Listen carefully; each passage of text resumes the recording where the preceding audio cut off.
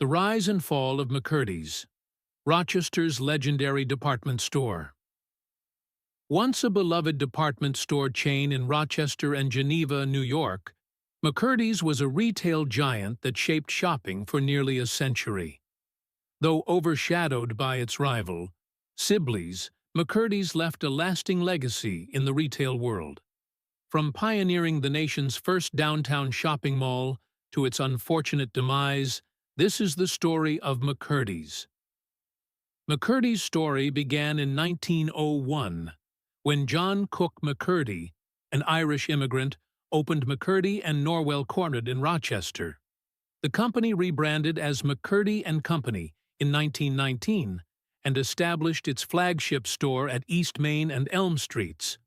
At the time, this part of downtown was considered out in the country, but McCurdy's decision proved wise as the area became Rochester's premier shopping district. McCurdy's quickly became a household name. Unlike many department stores, McCurdy's remained family-owned, with multiple generations of the McCurdy family running the business. The store's offerings were vast: men's and women's clothing, jewelry, cosmetics, toys, sporting goods, and even a bridal and fur salon.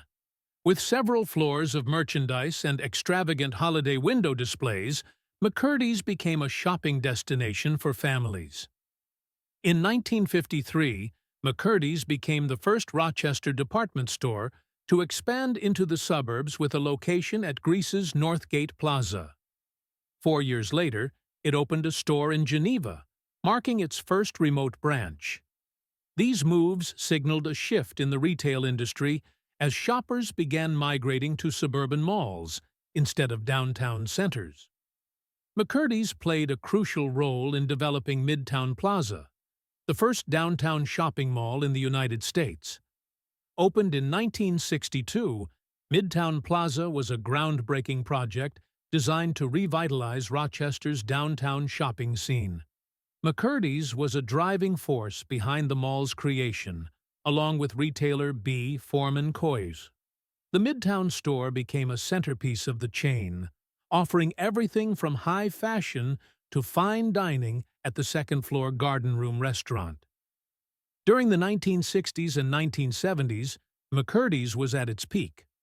The company was known for engaging promotions, including a teen board to track youth fashion trends and a Blue Blazer spit and polish course in manliness and manners for boys in 1971. Even Miss America, Pamela Eldred, and actress Eva Gabor made appearances at the store to promote products. McCurdy's wasn't just a store, it was a cultural hub.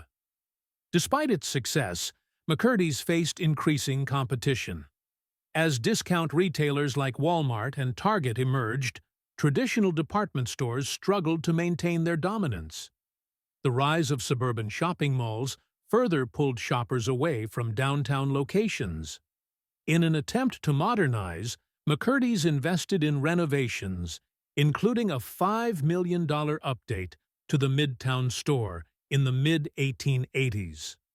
The long-awaited pedestrian skyway connecting McCurdy's and Sibley's finally opened in 1989, meant to keep downtown shoppers warm and dry during brutal Rochester winters. However, these efforts weren't enough to counteract the broader economic downturn and declining downtown foot traffic. By the early 1990s, the once thriving department store was in trouble. Sibley's closed in 1990, and McCurdy's followed in 1994 after 93 years in business.